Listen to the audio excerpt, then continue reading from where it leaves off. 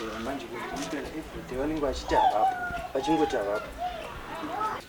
Is God calling me? So you want a sign that God is really calling you? Is God calling me? So you want a sign that God is really calling you? But He has given everything that you need inside of you. Mzimadi. It's wrong. Kwa muri kupi?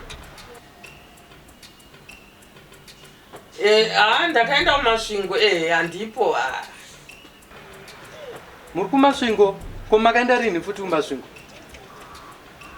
Alright. Saka ndokuoneka madzoka. Okay. Ndokuona ndadzoka.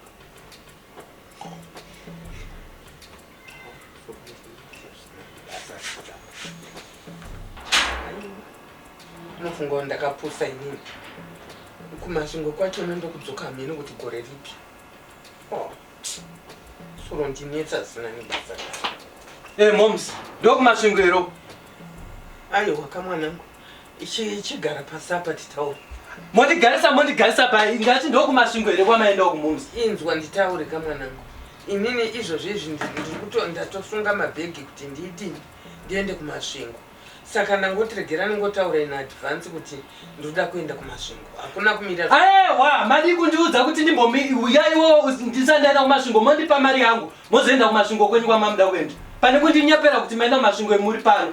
Moms, ndakakufondera inini last week mukataura kuti muri mukombi. Ndikakufonderai futi mukati zvonzo ndiri muBedbridge ndikutenga drink ndiri mushop. Bandakakusiyene kuti mune mari yangu ndikati okay.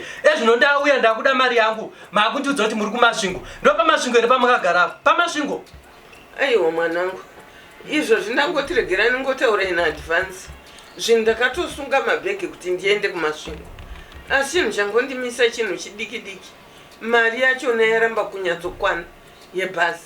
Saka ndoya ndakamirira izvi kuti ndikwanise kuenda kumasvingo. Zvinhu hazvinomira zvakanaka kumasvingo kune urongwa urwu. Musanditaurire kuti kumasvingo kwamuda kuenda kwakaoma. Musatombonditaurire zvenyu. Ipapa basimukai tono. Simukai. Aiwa mwana. Ndototora masofa enyu kusvika mani $2 yangu tozokupai. Mwanangu mwoyo wakubereka mwanangu. Kutosimudza masofa ndikutora. Aiwa mwanangu ndakabanga goti chiki. Moms. Kana mwanangu ndakumbira mwana waikubereka. Ndakumbira mwana wakubereka. Mwoyo wakubereka. $3 yangu mwana zvakadaro ndakutora foni yenyu nemapusha. Wakani mwanangu. Veduwe. Ko zvino foni yatora zvairiyo ine information nai veduwe. Veduwe. Ine wechikwereti. Ini ndatambudzika.